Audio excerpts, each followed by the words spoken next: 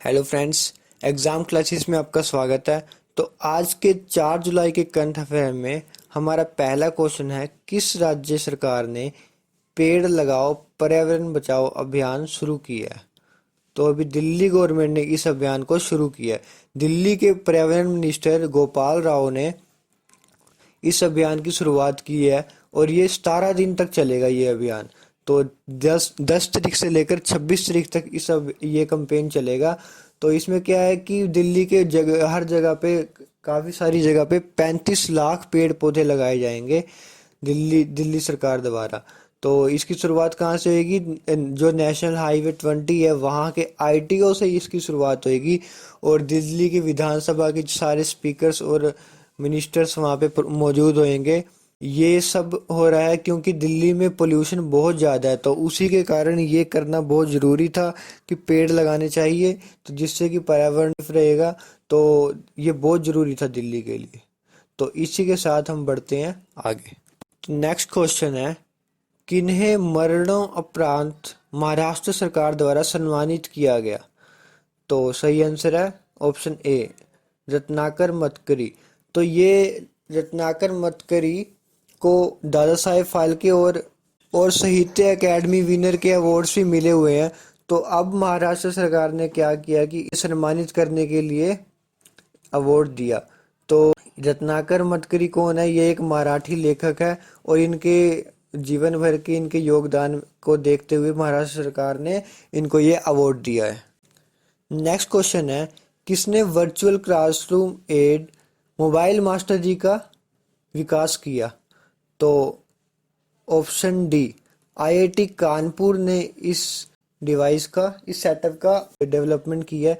तो आईआईटी कानपुर ने क्या किया कि इस मोबाइल डिवाइस में क्या है कि ये एक होम बेस्ड सेटअप है। अभी जो कोरोना वायरस की महामारी के कारण स्कूल कॉलेज बंद हुए पड़े हैं, तो लोगों को बच्चों को घर पे बैठ के ही होम स्टडी करनी पड़ रही है, जो टीचर्स ऑनलाइन पढ़ा रहे हैं।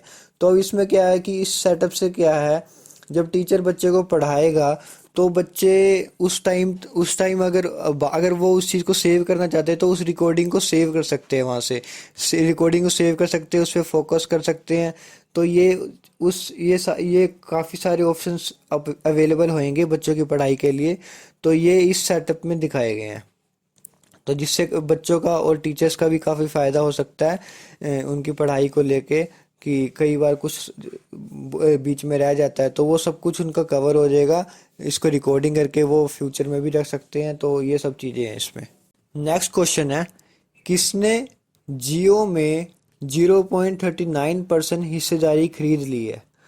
तो अभी इंटेल, ऑप्शन सी, इंटेल ने जियो में 0.39% हिस्सेदारी को खरीद ली है।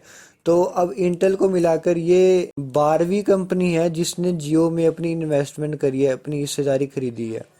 तो अब जियो का क्या है कि जियो में अब 75% हिस्सेदारी जियो की है और 25% हिस्सेदारी इन्वेस्टर की है। तो अब जो कंपनी फुल्ली 100% जियो वालों की, मुकेश अंबानी की नहीं रही, उसमें से 75% ही उसकी है और 25% इन्वेस्टर्स की है, जिसमें फेसबुक हो गया, सिल्वर वैली हो गया। तो ये बहुत सारी कंपनियां, 12 कंपनियां होगी टोटल जिन्होंने इसमें हिस्सेदारी खरीद ली है।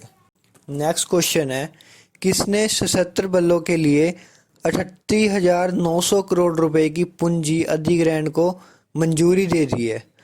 तो अभी राजनाथ सिंह, हमारे डिफेंस मिनिस्टर है राजनाथ सिंह, इन्होंने इस क्यूजन को खरीदने के लिए मंजूरी दे दी है। तो अभी क्या है कि 38,900 करोड़ रुपए इसके लिए खर्च किए जाएंगे, जिसमें से 31,000 करोड़ जो सामान बनाया जाएगा वो इंडिया में ही बनाया जाएगा, क्योंकि अभी नरेंद्र मोदी जी ने जो कैंपेन चलाया है कि आत्मनिर्भर भारत, तो इस ये 31,000 करोड़ रुपए का सामान तो इंडिया में ही बनाया जाएगा। बाकी जो जो बचता है वो बाहर से मंगवाया जाएगा। तो इससे ये एक अच्छी बात हुई है कि हम इंडिया में ही अपना सामान बना रहे हैं रेदर देन कि बाहर से हम लेके आए। तो अब ये पूंजी इंडिया में ही लगेगी, तो ये अच्छी बात है। नेक्स्ट क्वेश्चन है, 77.9% रूसी मतदाताओं ने 2036 तक किसे सत्ता में बने रहने के पक्ष में मतदान किया? तो ऑप्शन डी, व्लादिमीर पुतिन। तो व्लादिमीर पुतिन को रूसी के मतदाताओं ने भारी मात्रा में वोट देकर उसे सत्ता में बने रहने के लिए 2036 तक बना रहने के लिए मतदान किया। 10 ईयर थी वो 2024 में खत्म हो रही थी।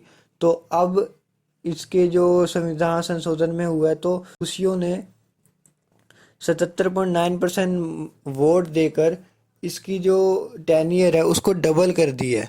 मतलब कि 2024 से 2030 6 साल की, उसके बाद 2024 से 2030 से फिर 2036, मतलब 2 टाइम इसकी जो प्रेसिडेंटशिप है वो बढ़ा दी है। तो अब ये 2036 तक रशिया में प्रेसिडेंट रहेंगे। नेक्स्ट क्वेश्चन है, केयर रेटिंग लिमिटेड ने 2020-21 में भारत की जीडीपी का कितना अनुमान लगाया है? तो इसका आंसर है ऑप्शन सी, 6.4%। तो अभी कोरोना वायरस की महामारी के कारण काफ़ी सारे बिजनेस जो है उसमें काफ़ी प्रभाव पड़ गया है। एमएसएमई सेक्टर में बहुत प्रभाव पड़ गया है लोगों का लॉकडाउन के कारण। तो इस कारण 2020-21 तक के रेटिंग ने भारत की जीडीपी ग्रोथ रेट 6.4% कर दी है। तो ये सारा कारण है लॉकडाउन का और कोरोना वायरस की महामारी के कारण। तो बढ़ते हैं आगे। नेक्स्ट क्वेश्चन है, कौन 2020 कॉमनवेल्थ लघु कथा पुरस्कार के विजेता बने? तो इसका आंसर है ऑप्शन बी, कृतिका पांडे। तो कृतिका पांडे को शॉर्ट स्टोरी अवार्ड की तरफ से सम्मान दिया गया, इनको फर्स्ट प्राइज दिया गया। ये एशिया में फर्स्ट नंबर पर आई है। तो इनकी जो शॉर्ट स्टोरी थी the great Indian T and snacks, तो ये शॉर्ट स्टोरी को कॉमनवेल्थ में फर्स्ट प्राइज मिला है। तो एशिया की ये फर्स्ट प्राइज इनको दिया गया। तो इस अवार्ड में जो कॉमनवेल्थ का अवार्ड होता है, जो रीजनल एरिया मतलब कि जो एशिया लेवल पे होता है उसको 2500 यूरो का इनाम मिलता है। जो वर्ल्ड लेवल पे जीतती हैं उसको 5000 यूरो का इनाम मिलता है।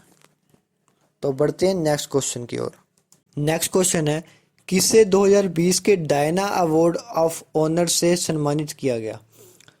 तो ऑप्शन सी, श्रेया ठकराल। तो श्रेया ठकराल एक 13 साल की लड़की है जो दिल्ली के ब्रिटिश स्कूल में पढ़ती है। तो इसे ये अवार्ड दिया गया। तो डायना अवार्ड क्या होता है? डायना अवार्ड होता है कि जो समाज सेवा में जो आज का यूथ है, जो आज के युवा है, हमारा यूथ है जो इस काम में आगे आ रहा है, समाज सेवा में आगे आ रहा है, लोगों की सेवा करने में, समाज सेवा करने में, तो उनको ये अवार्ड दिया जाता है। तो अब ये श्रेया ठकराल 13 साल की लड़की है। तो इसने ये इतना बड़ा काम किया है समाज सेवा में। इसने एक ऐप भी लॉन्च करी थी जिसके थ्रू रिसाइकलिंग हो सकती है, और इसने डोर टू डोर भी कनेक्शन बनाए थे जो गरीब लोग होते हैं। तो ये सारी डिफ़िकल्टीज उसने देख के उनके साथ उनकी डिफ़िकल्टी को कम करने की कोशिश करी है। तो ये बहुत अच्छी बात है, एक बहुत छोटी उम्र की लड़की ने ये इतना बड़ा काम किया। तो इसी के लिए इसे डायना अवार्ड 2020 का दिया गया है। तो ये डायना अवार्ड दिया कि नाम पड़ा, प्रिंसेस डायना थी, उनके नाम पे इसको ये अवार्ड दिया जाता है। तो 1999 में इसकी शुरुआत हुई थी। तो बढ़ते हैं नेक्स्ट क्वेश्चन की ओर। नेक्स्ट क्वेश्चन है, फिच रेटिंग ने वित्त वर्ष 2021-22 में कितने प्रतिशत भारत की वृद्धि का अनुमान लगाया? तो इसका आंसर है ऑप्शन बी, 8%। तो 8% जो फिच रेटिंग ने भारत की वृद्धि का अनुमान लगाया। तो क्योंकि अब जो प्रधानमंत्री जी ने आत्मनिर्भर भारत की शुरुआत की है, तो इससे धीरे धीरे एमएसई सेक्टर और सभी सेक्टर्स में बढ़ावा आ रहा है। तो इसी कारण इसकी वृद्धि दर को 8% तक लाया गया है। Thank you so much. तो गाइस, अगर आपको ये वीडियो अच्छी लगी हो तो प्लीज़ लाइक कर देना, शेयर कर देना अपने फ्रेंड्स को, एंड प्लीज़ सब्सक्राइब कर देना सो डैट कि फ्यूचर में हम इसकी वीडियोस डेली अपडेट पे डालते हैं। तो आपको ये बेल आइकन भी दबा देना कि सो डैट कि आपको नोटिफिकेशन मिल जाए डेली अपडेट का। Thank you so much.